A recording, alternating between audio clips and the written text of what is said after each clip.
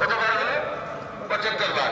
তো এইভাবে আমরা যদি এক রাকাতে বলে 4 রাকাতে আমরা 300 বার এই এই কলিমাটা পড়া হবে।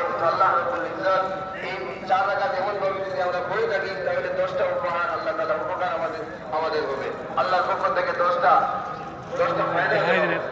এই 10টা ফায়দা হাসিল করার জন্য আজকে আমাদের এই এত বড় বিশাল জনসমুদ্রে আমরা সবাই তোমার জন্য হাজির হয়েছি।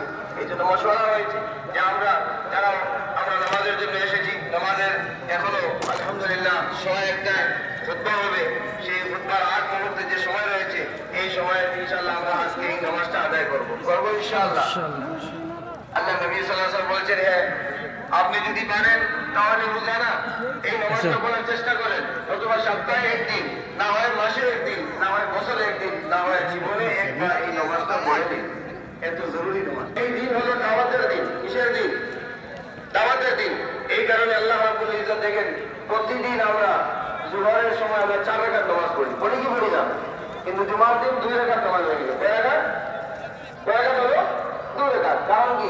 এই ইবাদত এদিকে 2 রাকাত করেছেন আর এদিকে দাওয়াত বানিয়ে দিয়েছেন। দাওয়াত কি? খুতবা।